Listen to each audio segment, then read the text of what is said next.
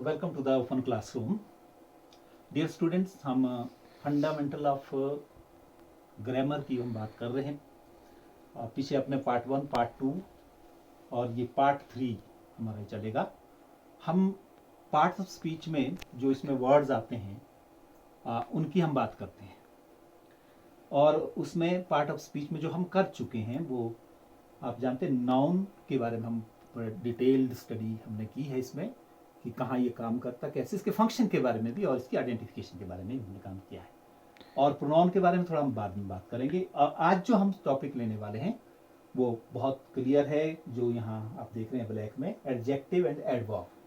Adjective, adverb, और इसके साथ साथ हमें एब्स्ट्रैक्ट नाउन भी लेना पड़ेगा। The reason behind it is कि कंफ्यूजन होती है। हम जब इसको आइडेंटिफाई करते हैं या कहीं फिलअप करने के लिए आपके पास आता है या कहीं एरर की बात हम करें तो तीनों में कंफ्यूजन होती है।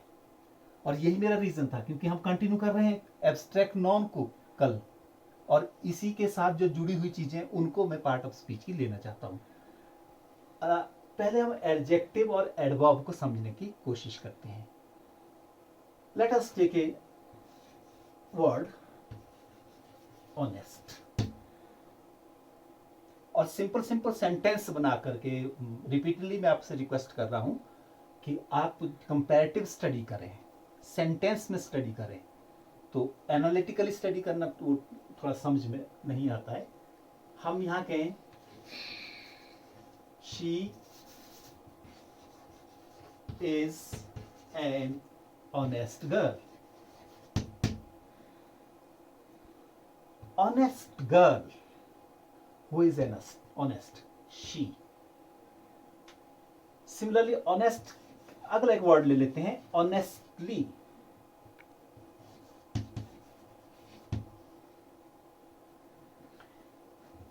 हम कोई नेम ले लेते हैं, दिनेश वर्क्स ऑनेस्टली। इन दोनों को पहले देख लें। ऑनेस्ट कौन है? शी। यानी ऑनेस्ट का जो प्रभाव पड़ रहा है वो सीधा सीधा शी पर पड़ रहा है, प्रोनाउन पर। नेम होता तो नाउन पर। तो ये जो ऑनेस्ट वर्ड है, it is qualifying noun and pronoun. ध्यान रहे, जो नाउन और प्रोनाउन को क्वालिफाई करते हैं वो एडजेक्टिव होते हैं। But about honestly, she works honestly. इस ऑनेस्टली का प्रभाव कहां पड़ रहा है? शी पर नहीं, दिनेश पर नहीं पड़ रहा है, यहां वर्क पर। दिनेश वर्क्स, दिनेश काम करता है। वर्क्स ऑनेस्टली, कैसे काम करता है? How Dinesh works, how. Who is honest? ये हाउ वर्ड बता रहा है हमें कि कैसे काम किया जा रहा है, ऑनेस्टली काम कर रहा है। तो यहां पर इसका प्रभाव किस पर पड़ रहा है? वर्क्स पर, वर्ब पर। तो ये वर्ब में कुछ और मीनिंग ऐड कर रहा है, वर्क्स ऑनेस्टली, वर्क्स ऑनेस्टली। तो ऑनेस्टली जो वर्ड होगा वो है एडवर्ब। हम कह सकते हैं कि एडवर्ब एक ऐसा वर्ड है, is a word that add something to the meaning of verb. Verb के मीनिंग में कुछ ना कुछ वो ऐड करता है। तो ये क्वालिफाई कर रहा है वर्क्स को, ये डिस्क्राइब कर रहा है वर्ब को। वेयर एज ऑनेस्ट क्वालिफाई कर रहा है नाउन और प्रोनाउन को। तो नाउन और प्रोनाउन को क्वालिफाई करने वाले एडजेक्टिव और वर्ब को क्वालिफाई करने वाला adverb. It's very much clear. हम ऑनेस्टी ले लेते हैं क्योंकि कंफ्यूजन ना हो। Honesty, honesty is the best policy.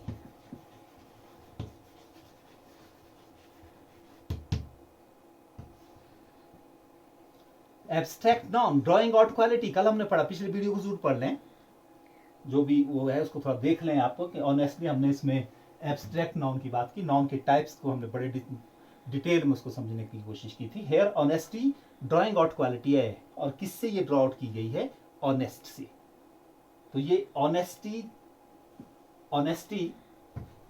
Abstract non, honest adjective और ऑनेस्टली एडवर्ब।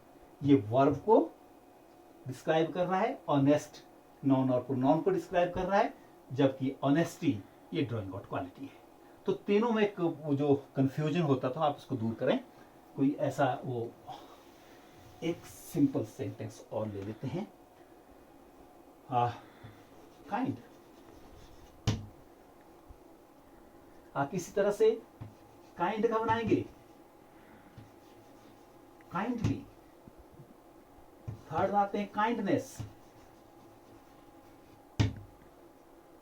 इसमें आप ऐड कर लो, यहां इसमें इधर ऐड किया जा सकता है, आगे ऐड करो, आपको पता लगेगा। यहां kind, my friend is a kind man, आप लिख सकते हैं my friend, who is kind friend, my friend. तो यहां पर माई फ्रेंड पर इसका प्रभाव पड़ेगा। ये क्वालिफाई किसको कर रहा है? माई फ्रेंड क्या है? नाउन, नाउन और प्रोनाउन को क्वालिफाई करेगा। Similarly here kindly, she behaves kindly, she behaves kindly, वो काइंडली बिहेव करती है। बिहेव वर्ब है, वर्ब को हमने अभी बहुत इसको इलेबोरेट करके हमने पढ़ना कि उसमें टाइम भी लगेगा, और इतना ही समझिए जिसके हम 3 फॉर्म बना लेते हैं वो वर्ब है। तो ये है, और सब्जेक्ट के बाद हमेशा वर्ब ही आएगा। There is no sentence without verb. ये हमारा स्ट्रक्चर है SVO, सब्जेक्ट वर्ब ऑब्जेक्ट। तो सब्जेक्ट के बाद जो भी है वो वर्ब आएगा। ऐसे काइंडनेस, काइंडनेस काइंड से निकली हुई क्वालिटी है।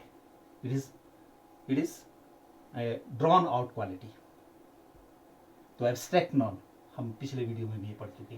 तो इस तरह से बहुत सारे ऐसे वर्ड्स हैं जिसमें आप एक और हम जिसमें कंफ्यूजन होता है लेते हैं। ऐसे कंफ्यूजन वाले भी होंगे। Fast, Usha is a fast runner. Usha एक फास्ट रनर है। Who is fast runner? Usha. किस पर प्रभाव पड़ रहा है? उषा पर। सिमिलरली वर्ड देखिए, अगर हम फास्ट लिखते हैं वैसे ही इसका कोई मीनिंग नहीं है। फास्ट तो हम फास्ट वो व्रत के लिए भी बोल देते हैं ना, नाउन के रूप में इसका प्रयोग कर देते हैं। I am on fast, I am on fast. Fast, यहां देखें फास्ट रनर, इसी सेंटेंस को थोड़ा अलग से लिखें, डिफरेंटली इसको लिख लेते हैं। Usha runs fast, not fastly, not fastly. L Y नहीं लगाना इसमें, सब में एलवाई नहीं लगता है। तो यहां फास्ट किस पर इसका प्रभाव पड़ रहा है? रन पर। What is run? Run is verb. इसका नॉन पर प्रभाव पड़ता है। तो नॉन को क्वालिफाई करने वाले वर्ड्स एडजेक्टिव, वर्ब को क्वालिफाई करने वाले या वर्ब को डिस्क्राइब करने वाले वर्ड एडवर्ब। तो ये कंफ्यूजन थोड़ी दूर होती है। जैसे गुड है, देयर इज वर्ड गुड।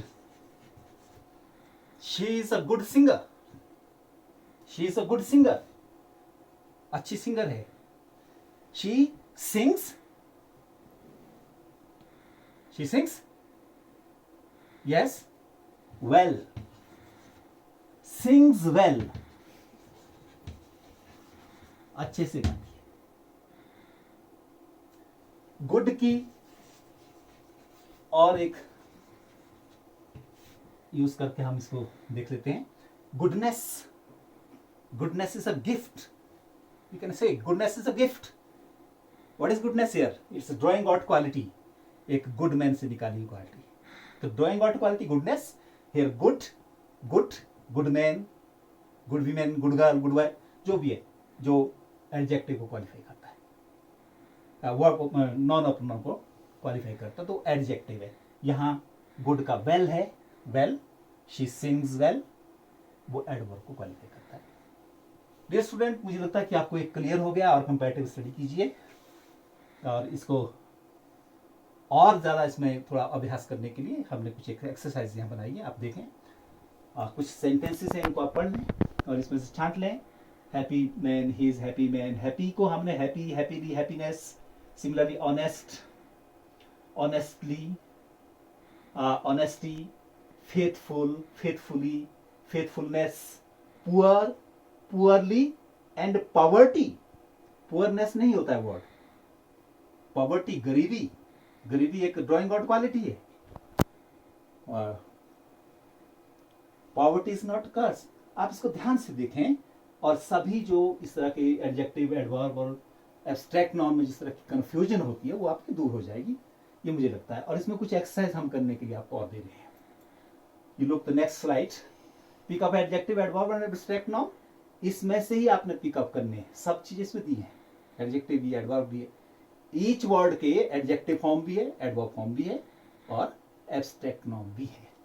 तो इसको जब आप करेंगे तो इसको फिल करें एक वो टेबल में जो आपको बना के दी है, टेबल आप आगे थोड़ा घर में अभ्यास करेंगे।